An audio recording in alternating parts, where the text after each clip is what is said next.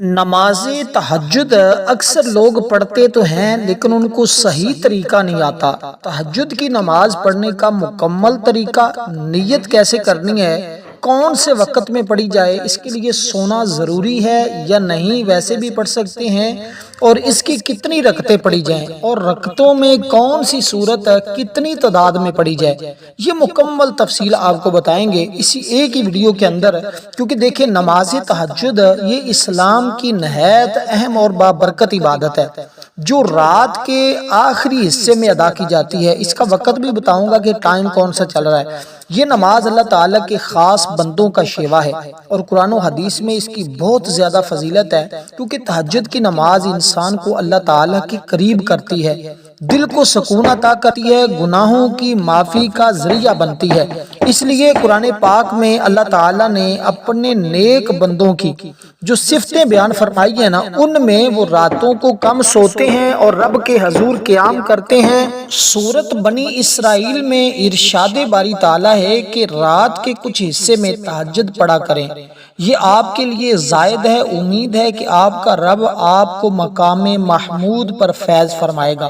اس آیہ مقدسہ سے معلوم ہوتا ہے کہ تہجد کی نماز بہت بڑی سعادت ہے۔ حدیث مبارکہ میں بھی ہے، حضور نبی پاک صلی اللہ علیہ وسلم تہجد کی نماز کا خصوصی اہتمام فرماتے تھے۔ آپ صلی اللہ علیہ وسلم نے فرمایا کہ فرض نماز کے بعد جو سب سے افضل نماز ہے نا، وہ تہجد کی نماز ہے۔ اللہ تعالیٰ ہر رات آسمان دنیا پر نزول فرماتا ہے اور فرماتا ہے کون ہے جو مجھ سے مانگے تاکہ میں اسے عطا کر دوں، کون ہے جو مجھ سے مغفرت طلب کرے میں اس کو بخش دوں، کون ہے اولاد مانگے اس کو اولاد عطا کر دوں، کون ہے رزق مانگے اس کو رزق دے دوں، کون ہے جو شہرت مانگے اس کو شہرت دے دوں، کون ہے جو شفا مانگے اس کو شفا عطا کر دوں۔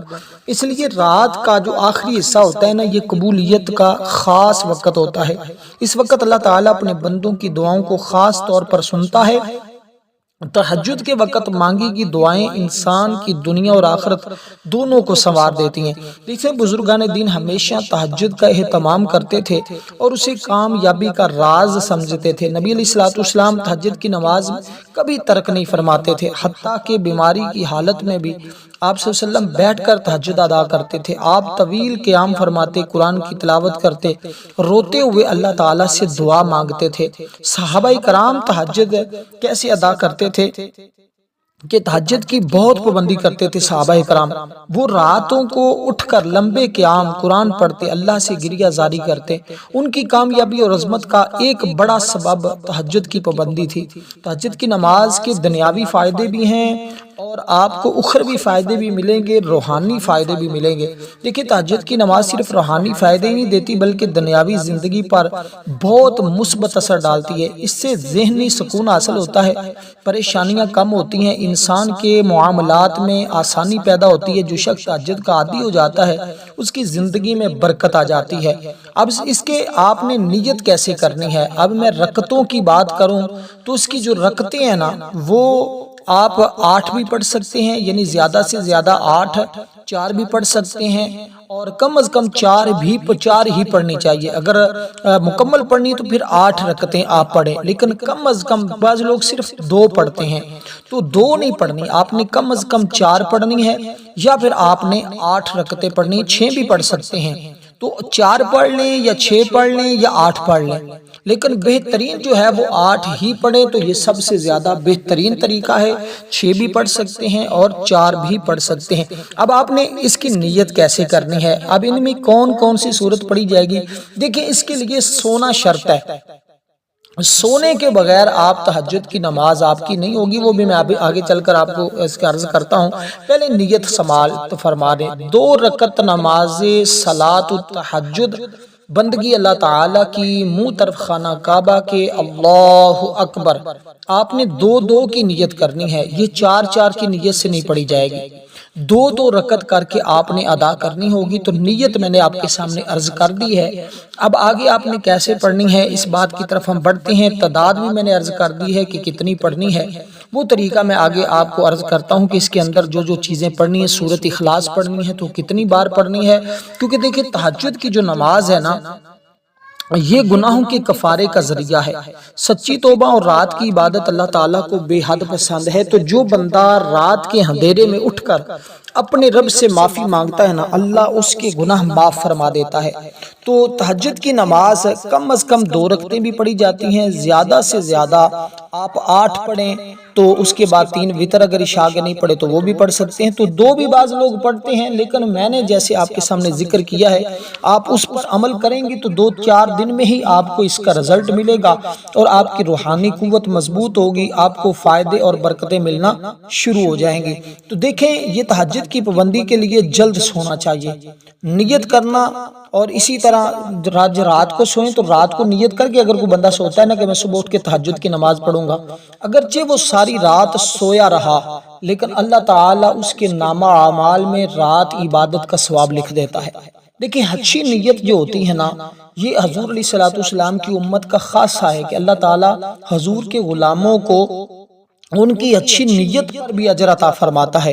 اس لیے انسان دیکھیں، سب سے اہم اخلاص اور اللہ کی رضا طلب کرنی ہے۔ ابتدا میں اگرچہ آپ 2-4 رکعتیں پڑھیں لیکن آہستہ آہستہ بڑھاتے جائیں، 8 تک لے جائیں۔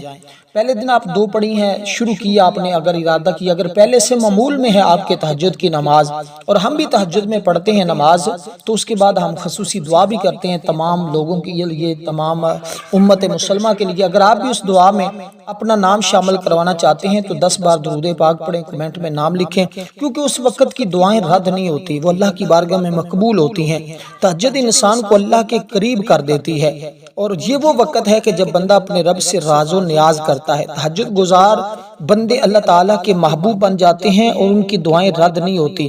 دیکھیں، حضرت سیدنا عمر بن خطاب رضی اللہ تعالیٰ عنہ کا واقعہ موجود ہے کہ حضرت عمر رضی اللہ تعالیٰ راتوں کو گشت کے دوران لوگوں کے حالات بھی دیکھتے اور تہجد کا اہتمام بھی فرماتے۔ ایک مرتبہ آپ نے ایک گھر سے قرآن کی تلاوت کی آواز سنی، ایک بوڑھی عورت تہجد میں اللہ تعالیٰ سے دعا مانگ رہی تھی کہ حضرت عمر رضی اللہ تعالیٰ عنہ یہ سن کر رو پڑے اور فرمایا کہ یہی لوگ امت کی اصل طاقت ہے اور جو راتوں کو اپنے رب سے لو لگاتے ہیں۔ حضرت حسن بصری رحمۃ اللہ علیہ کا واقعہ بھی ہمارے سامنے موجود ہے کہ تہجد کے بہت پابند تھے۔ آپ فرماتے تھے کہ میں نے صالحین کو دیکھا، وہ رات کی عبادت کو دنیا کی ہر نعمت پر ترجیح دیتے تھے۔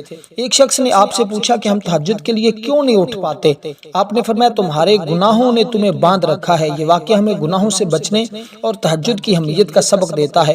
ایک بزرگ کا بھی سبق آموز واقعہ ہے کہ ایک بزرگ فرماتے ہیں کہ میں شدید پریشانی میں مبتلا تھا، کسی نے مجھ سے تہجد کی پابندی کا مشورہ دیا، میں نے مسلسل 40 دن تہجد ادا کی، اللہ تعالیٰ سے دعا مانگتا رہا، اللہ تعالیٰ نے میری مشکل آسان فرمائی۔ اس واقعے سے معلوم ہوتا ہے کہ تہجد مشکلات کے حل کا بہترین ذریعہ ہے۔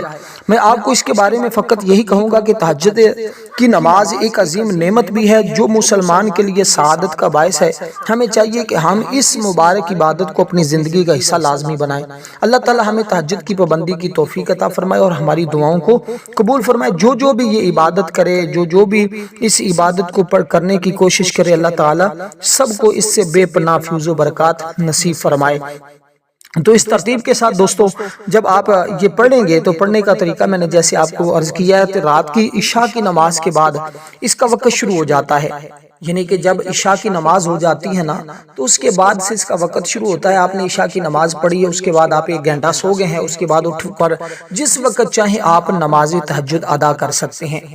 تو یہ اب آپ کو اس کے لیے سونا ہے، چاہے آپ 1 منٹ کے لیے سو جائیں، آپ 10 منٹ کے لیے سو جائیں، آپ چاہے 5 گھنٹے کے لیے سو جائیں، لیکن اس کے لیے سونا جو اللہ والوں نے ذکر کیا وہ شرط قرار دیا ہے کہ شرط ہے اس کے لیے سونا۔